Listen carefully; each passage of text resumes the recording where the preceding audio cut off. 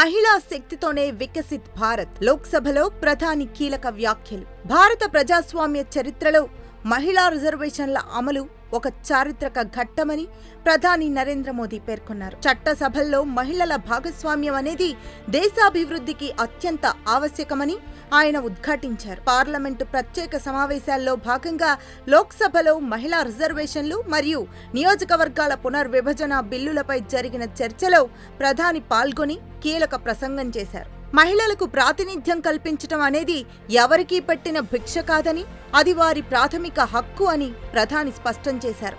దశాబ్దాలుగా పెండింగ్లో ఉన్న ఈ అంశంపై గతంలో అనేక సాంకేతిక కారణాలు చెప్పి అడ్డుకున్నారని, కానీ ఇప్పుడు ఆ అడ్డంకులను అధిగమించి ముందుకు వెళ్తున్నామని తెలిపారు. మహిళా బిల్లు విషయంలో ఎవరూ రాజకీయాలు చేయొద్దని, ఇది దేశ ప్రయోజనాలకు సంబంధించిన అంశమని కోరారు. లోక్సభ స్థానాల పెంపు మరియు డీలిమిటేషన్ ప్రక్రియపై విపక్షాలు వ్యక్తం చేస్తున్న ఆందోళనను ప్రధాని తోసిపుచ్చారు. ఏ ప్రాంతానికి లేదా ఏ రాష్ట్రానికి అన్యాయం జరగకుండా నియోజకవర్గాల పునర్విభజన జరుగుతుందని భరోసా ఇచ్చారు. ఉత్తరాది, దక్షిణాది అనే తేడా లేకుండా దేశమంతటా సమానమైన ప్రాతినిధ్యం లభించేలా చూస్తామని ఆయన హామీ ఇచ్చారు. 2029 ఎన్నికల నాటికి మహిళా రిజర్వేషన్లు అమల్లోకి రావాలన్నదే ప్రభుత్వ లక్ష్యమని వెల్లడించారు. గత 30 ఏళ్లుగా మహిళా బిల్లును అడ్డుకున్న వారు ఇప్పుడు రాజకీయ మూల్యం చెల్లించుకోక తప్పదని మోదీ హెచ్చరించారు.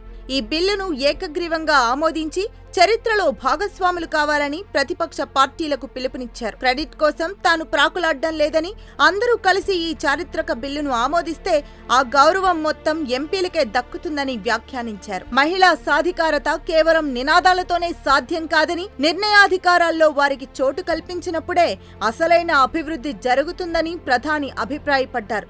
గ్రామ స్థాయి నుంచి పాలనలో రాణిస్తున్న మహిళలు ఇప్పుడు పార్లమెంట్లోనూ తమ ముద్ర వేయబోతున్నారని ఆకాంక్షించారు.